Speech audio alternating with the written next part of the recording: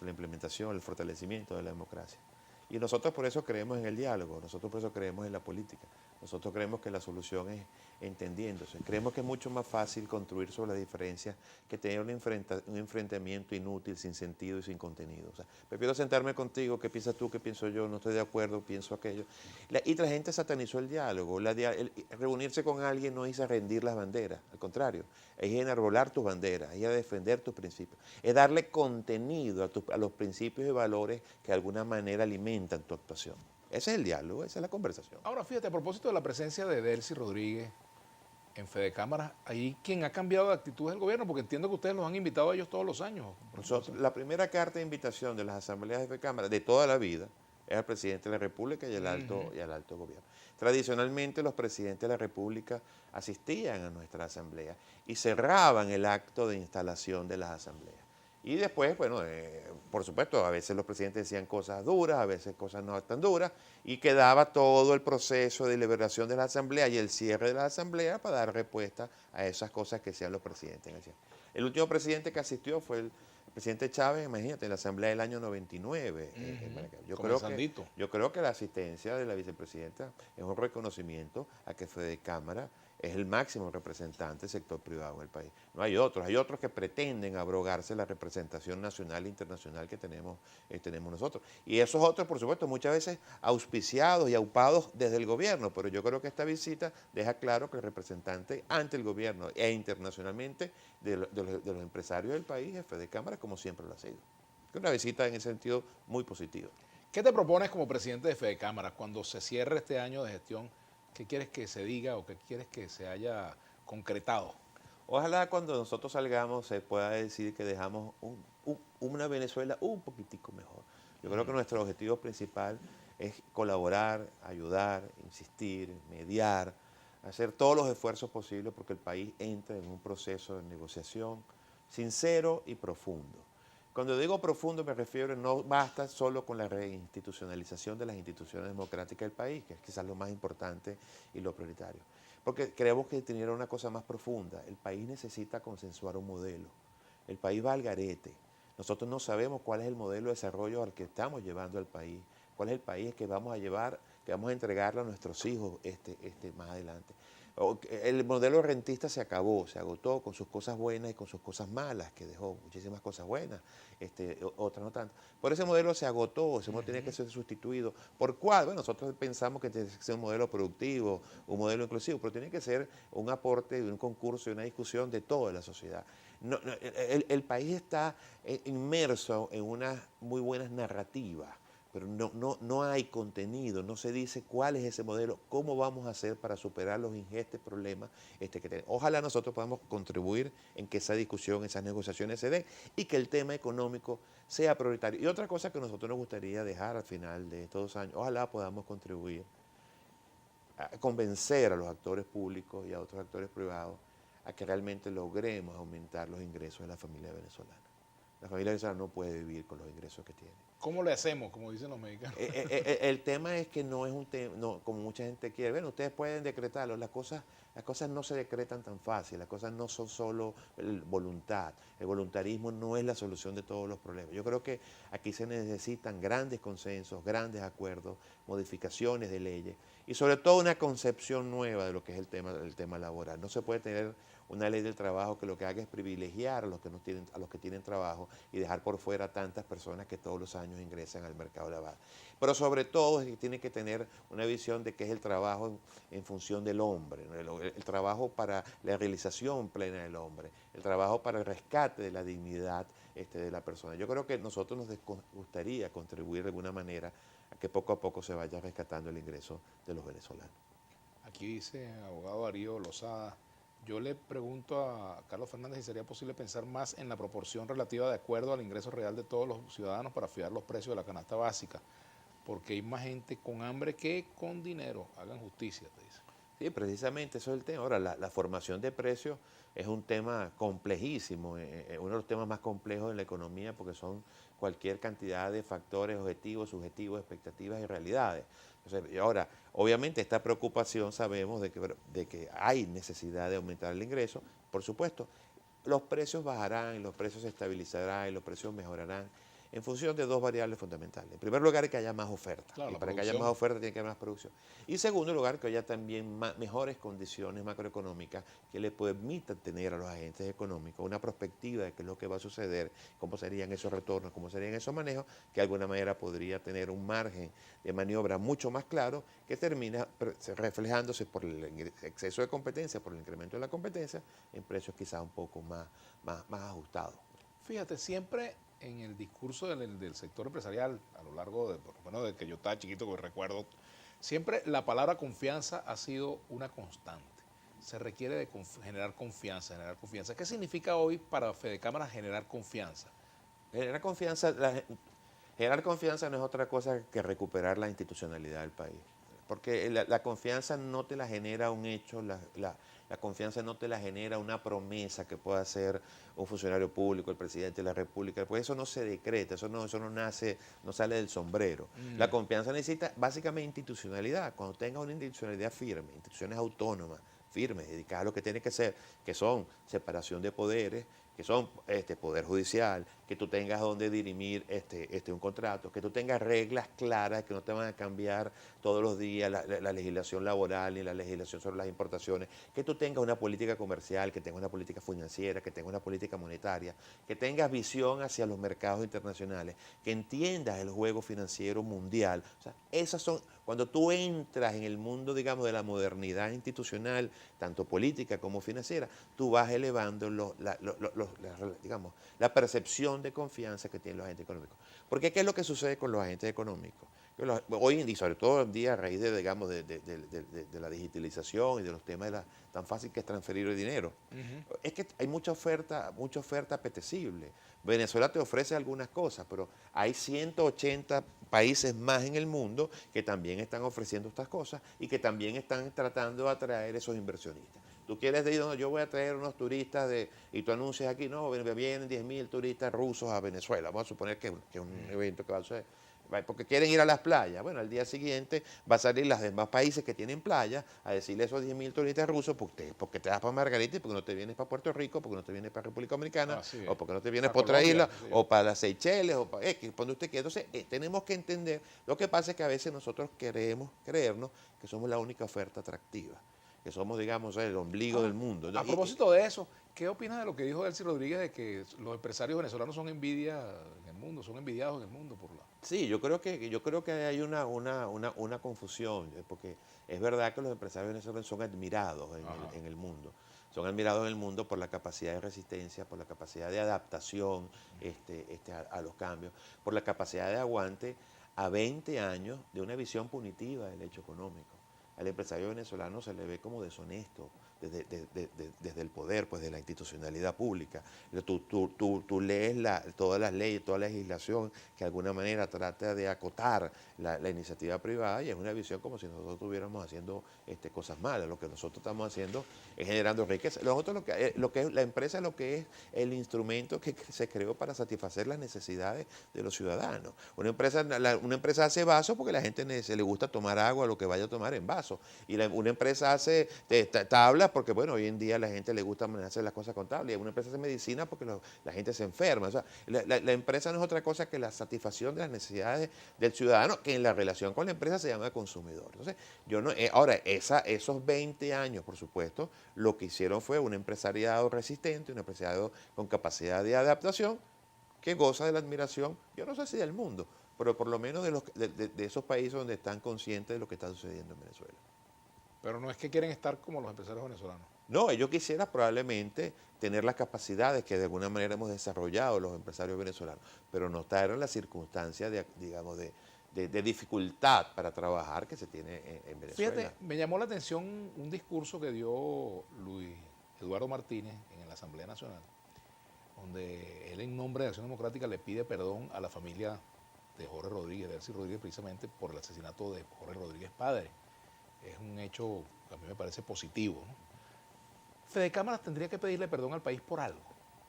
Bueno, yo creo que en la larga historia de Fedecámaras, yo creo que por supuesto que habrá acontecimientos que probablemente no hayan sido los mejores, pero tampoco yo recuerdo que haya algo así excesivamente vergonzoso como para poder. Pero ahora, ¿El carbonazo, por ejemplo? Bueno, el carbonazo fue una circunstancia bastante compleja, asociada a Fede Cámaras, porque quien la dirigió, obviamente, el doctor Pedro Carmona Estanga era para ese momento el presidente de Fede Cámaras, pero eso no fue una decisión que salió de los órganos colegiados de la organización. Yo en ese momento era presidente de la Cámara de Maracaibo y en ningún momento recibí absolutamente ningún lineamiento, ninguna información, ni ningún nada que de que eso fuera a suceder. Ahora, también hay que recordar que en ese momento, ante la debacle de los partidos políticos, con la aparición del presidente Chávez, la constituyente y tal, las fuerzas políticas, algunas eran tan diezmadas, fue la organización sindical y la organización empresarial la que le dio estructura a una cosa muy importante que es la movilización social. Vamos a hacer una pausa y vamos a mostrar, antes de irnos, algunas imágenes de lo que fue precisamente esta visita que hicimos hoy al sistema de orquesta, que me gustaría un comentario tuyo con respecto a esto también, que es importante, caramba, darle el valor que tiene, que lo conozcamos y que estemos orgullosos pues del trabajo que realizó el maestro Abreu y que continúan quienes tomaron la batuta, encabezados ahora por Eduardo Méndez allí. Bien, veamos. En nuestras visitas, en toda nuestra gira, pero eso más que por la parte del financiamiento, vas por la gran dificultad, el gran reto que es ser productivo, y sobre todo ser productivo para competir en mercados internacionales. Ahora, y esa es una invitación al país.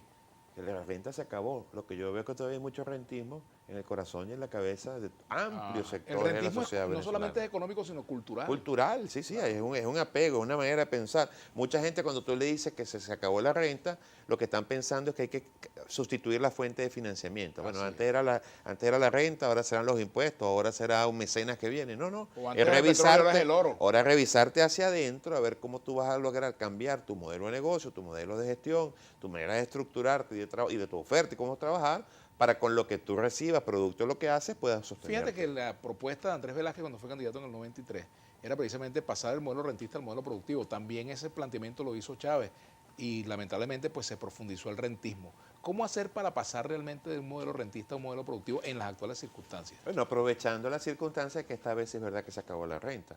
Porque cuando Andrés Velázquez hizo esa propuesta, probablemente, y cuando el presidente Chávez hizo esa propuesta, bueno, si el presidente Chávez la hizo, llegó con 3 millones y tantos de barriles. No recuerdo cuál era la producción cuando Velázquez fue candidato en el 93, pero debería estar como por 2 millones, 1.800.000, no lo sé, pues ya fue un poco antes de la apertura petrolera. Entonces, creo que hoy en día, con los niveles de producción que hay, con cada día creciente, digamos, en el avance de las energías sustitutas, las energías limpias que vienen ganando espacio, probablemente esa renta no sea tan grande. Y creo que el país tiene que aprovechar que se acabó la renta, precisamente lo que hablábamos al principio, para en esos grandes procesos de negociación, después de lograr la reinstitucionalización de las instituciones democráticas, entrar a una discusión de cuál va a ser el modelo productivo y cuáles son los acuerdos, las prioridades que se van a dar. Porque un nuevo modelo productivo implica, como tú lo decías, el cambio desde el sistema educativo. No es lo mismo la educación para un modelo rentista que la educación para el trabajo, para un modelo productivo, para un modelo competitivo. No es la misma la cosmovisión de un país que necesitaba exportar un solo producto y que probablemente tenía una diplomacia que apoyaba esa producción petrolera, a un país que va a salir a conquistar mercados, que tiene que ir de la mano del Estado, porque ese Estado tiene que hacer acuerdos comerciales con los vecinos, acuerdos comerciales con Europa, acuerdos comerciales con Asia, porque los mismos productos que tú van a llevar, los van a llevar tus competidores en mejores condiciones comerciales, porque sus países, su cultura está más enfocada a eso que la tuya. O sea, es un cambio profundo, es un tema, por eso decimos que es de discusión y que ojalá podamos meter nosotros en la discusión en estos próximos años. A eso tienes que sumarle los cambios tecnológicos que se han dado en el mundo, la pandemia y cómo ha afectado el mercado de trabajo, en fin, todo lo que se deriva de esta situación generada por la pandemia debe meterse en ese análisis. Claro, y yo creo que hay que aprovechar que estamos, digamos, tan bajos para poder hacer eso. Quizás como estamos tan bajos, como no hay tanto que proteger, sino un cambio nuevo puede ser mucho más disruptivo, el salto cuántico también puede ser mucho más a corto plazo si nos ponemos de acuerdo y consensuamos qué es lo que queremos hacer. Pero como te decía, nuestra gran preocupación es cuál es el modelo, hacia dónde vamos, hacia dónde nos llevan. O sea, hacia dónde queremos ir, inclusive, vamos a preguntarnos nosotros mismos. Pero si te piden una definición del modelo que hay en Venezuela, ¿qué dirías? Un modelo rentista que se acabó. Y no hay más nada, no hay. Ahora, ¿qué proponemos nosotros? Un modelo productivo, pero fundamentalmente inclusivo. Inclusivo en todos los sentidos. Inclusivo en lo económico, pero fundamentalmente inclusivo en lo social e inclusivo en lo político. Lo decíamos ayer en el discurso, nosotros creemos en el concepto de nación por incorporación, el concepto de nación de Ortega y Gasset. no el concepto de nación por desplazamientos de unos por los otros. Y el proceso de incorporación de la nación venezolana es particularmente compleja cuando tienes 20, 22% de tu población dividida en no sé cuántos países del mundo. Si tú tomas en cuenta la población de Colombia, que es 1 millón de venezolanos en Colombia, 1.700.000 colombianos, es el quinto país, el quinto estado de Venezuela en población. Entonces ya tú tienes que... 1.700.000 venezolanos. Dicen que hay allá, vamos a suponer que sea verdad, bueno, eso es el quinto estado de Venezuela en población. Obviamente disperso en un territorio muy grande que Colombia, pero lo que queremos resaltar es la significación y la importancia que tiene eso, porque hoy son venezolanos, pero no somos monoterritorio, somos una nación multiterritorio. Ahora fíjate, aquí se habla mucho en estos días de emprendimiento, ¿verdad? Entonces el ingeniero que se pone a hacer tortas para sobrevivir, o que vende ropa, o que, en fin, se dedica a otra actividad distinta, dice que es su emprendimiento. El fortalecimiento del emprendimiento también es muy importante, porque mucha gente dedicada al rebusque, sin apoyo institucional, sin tener, digamos, apoyo para que sus proyectos se consoliden, sin coach que los orienten, en fin, todo un territorio por andar, ¿no? Eso es un mundo gigante, un mundo que el cuentapropismo, vamos a decirlo alguna. Me acordé de Alfredo Padilla. De Alfredo Padilla, que ayer estuvo en nuestra asamblea, gracias por acompañarnos. Yo creo que eso es, digamos, un movimiento enorme mundial por varias razones. En primer lugar, porque los sistemas tradicionales de generación, digamos, de empleo están cambiando, pero las legislaciones de los países no se están adaptando. Entonces, mucho más gente que está entrando en la edad económicamente activa que la generación de empleo formales que hay. Y por supuesto la gente se busca nuevas soluciones. Ahora, todo ese mundo de emprendedores hay que de alguna manera canalizarlo, estimularlo, reconocerlo, de alguna manera darle también posibilidades de incorporarse a la seguridad social, porque si no lo que vamos a tener es un mundo de emprendedores informalizados. Entonces no logran incorporarse a la seguridad social, no pueden garantizarse un retiro o una vejez y tampoco van a tributar. Entonces hay que ponerle orden, por supuesto hay que abrirles canales, hay que apoyarlos, estimularlos, crear incubadoras, crear procesos de aceleramiento, crear financiamiento en mejores condiciones, pero también hay que entender que es un signo de la modernidad, es un signo de los tiempos. Ya para trabajar no tengo que ir a un sitio, ya tú puedes trabajar desde tu casa, donde estés, a través de cualquier plataforma en la que te integres. Esos son cambios de paradigmas que tienen que a nosotros decirnos que también tenemos que cambiar la visión de cómo estamos enfocando las cosas. Y eso es lo que también queremos decir a la hora de configurar ese nuevo modelo de desarrollo. Eso también plantea para ustedes una discusión en torno a quién puede estar en Fedecámaras, porque un empresario pequeño, un microempresario, pudiera estar en Fedecámaras también. Y los están, porque nosotros tenemos cámaras que agrupan emprendedores y que hacen vida en la nuestra, y en muchas de nuestras cámaras, sobre todo pues en las ciudades más pequeñas del país o en las asociaciones de productores o en las asociaciones de pescadores.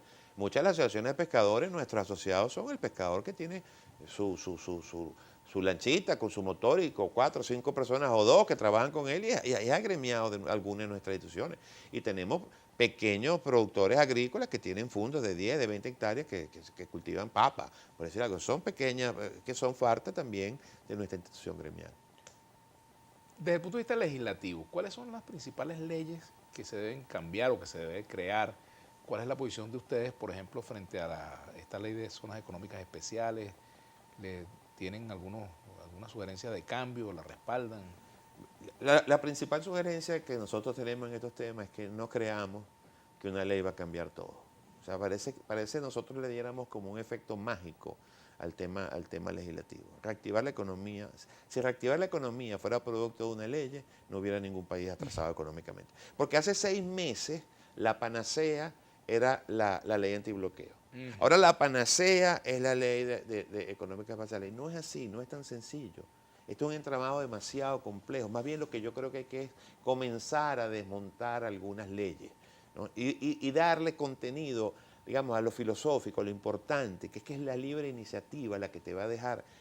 Ahora, en una situación como la que vive Venezuela, por ejemplo, ¿qué hacer con la ley del trabajo? Vamos a hacer una pausa y regresamos con ese tema, porque también hay un empobrecimiento de buena parte de la población, el nivel adquisitivo del salario se ha vuelto triza, y bueno, los trabajadores pues también ven debilitados sus derechos y su contratación colectiva, en fin, temas que son importantes también.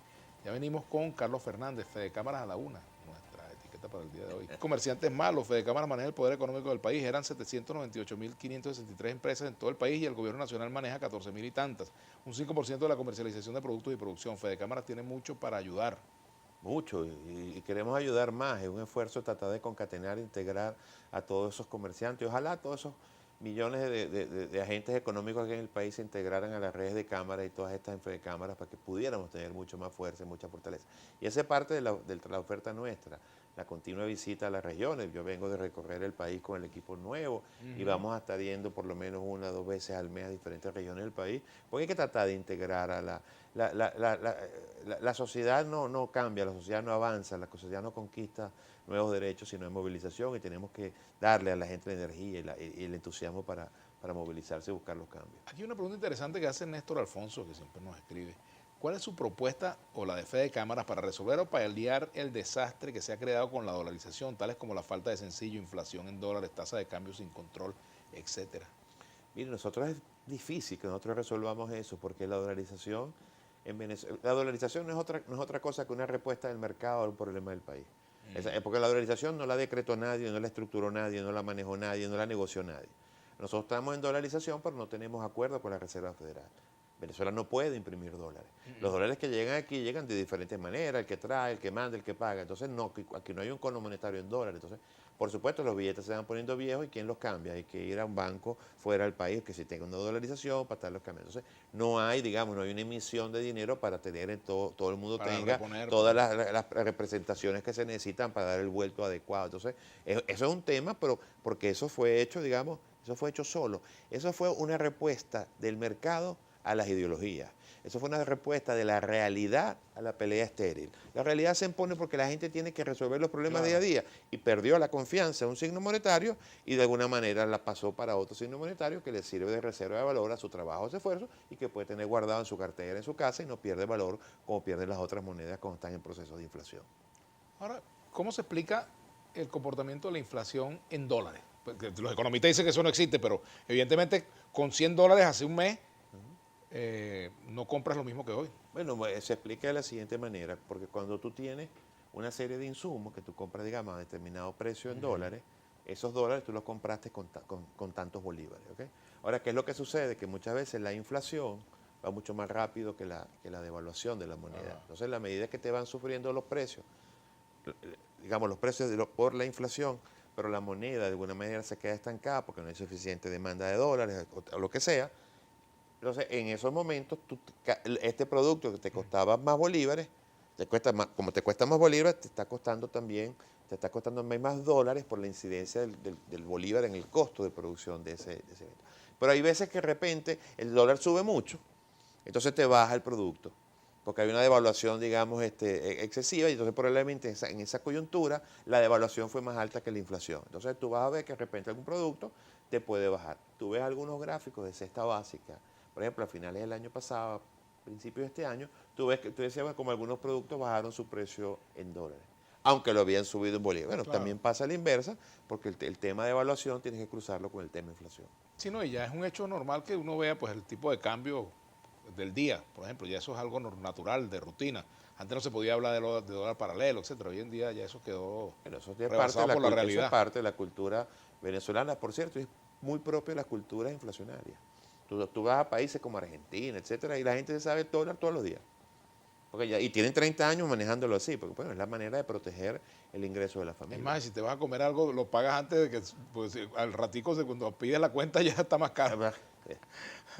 Mira, aquí dice, saludos a Carlos Fernández de Ciudad Guayana, Puerto Ordaz, felicitaciones por esa presidencia. Nuevamente al frente de Fedecámara, no es el mismo Carlos Fernández. No.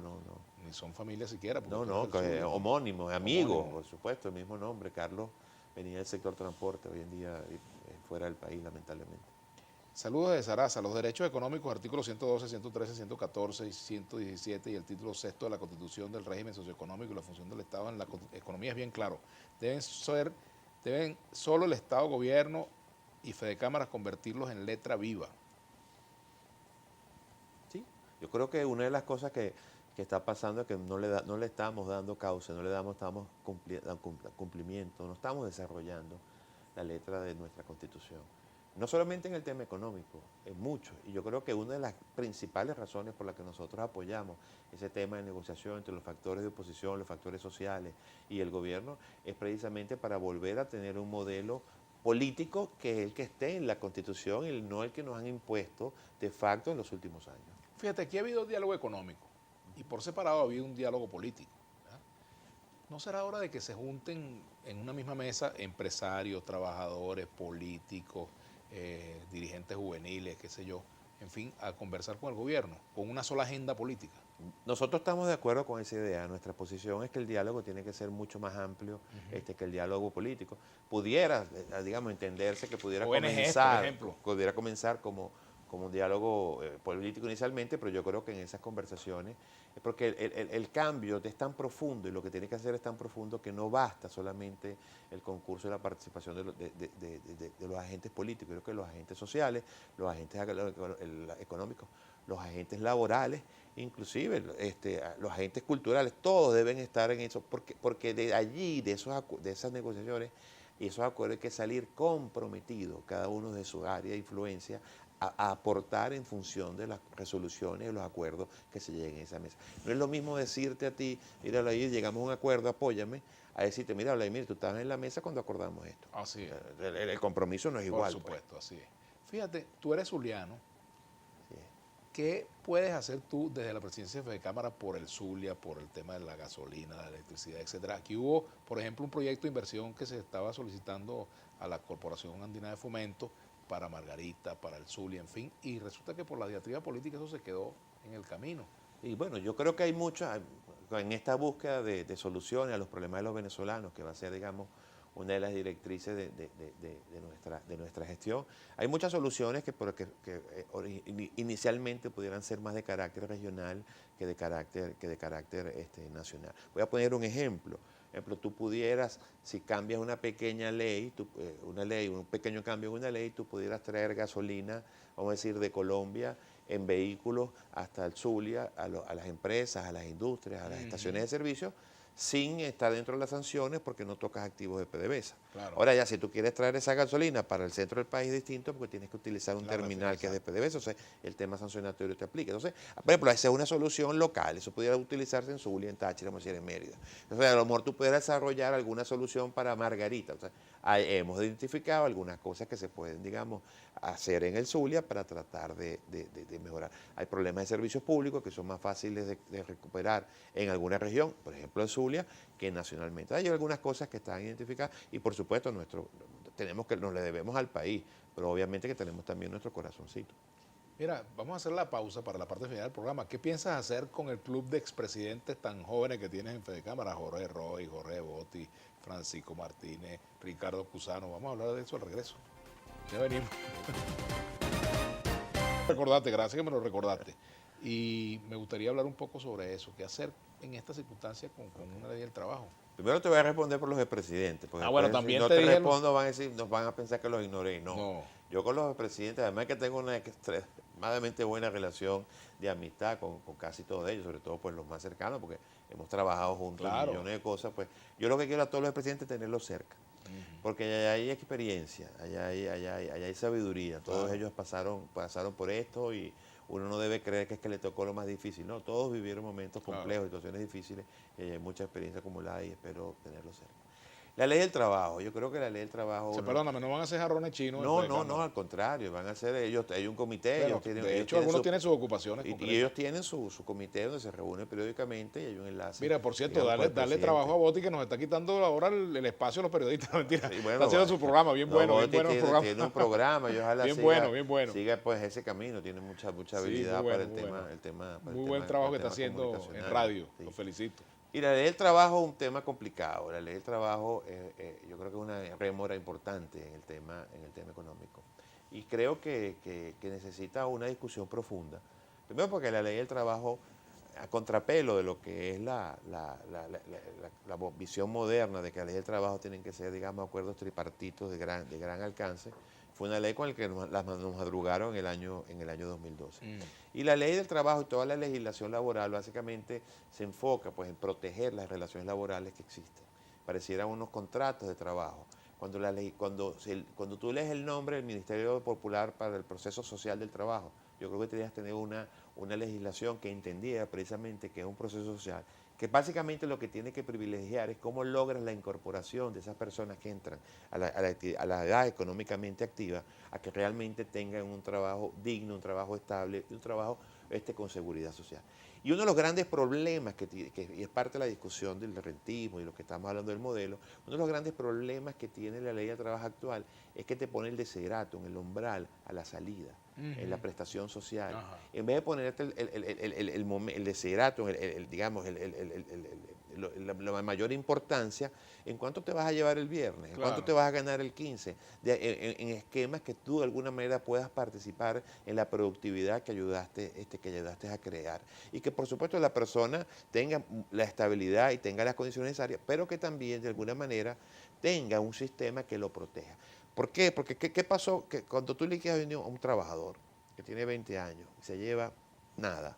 ¿Qué hay allí además de un poco de dinero que se está llevando? Un fraude de un sistema en el que el trabajador creyó. Entonces el trabajador, engañado en un sistema que supuestamente le iba a proteger su salida, le deterioró su salida y su vida laboral. Entonces yo creo que hay que cambiar completamente la concepción. Pero habría que de volver la al esquema tripartito para discutir esos temas. Por supuesto, digamos, y esa ha sido nuestra insistencia. Tenemos que volver a un sistema tripartito porque tenemos que crear un sistema en el que todos estemos de acuerdo. Por cierto, no hace muchos años, ya yo estaba en estas líderes gremiales, pues. No que fue con participación protagónica, ni mucho menos, pero yo participé en alguna comisión en mi Cámara para los aportes que se dieron a la reforma laboral del año 97. Y fue exitosa, ¿por qué? Porque se adaptó a la realidad país de ese momento.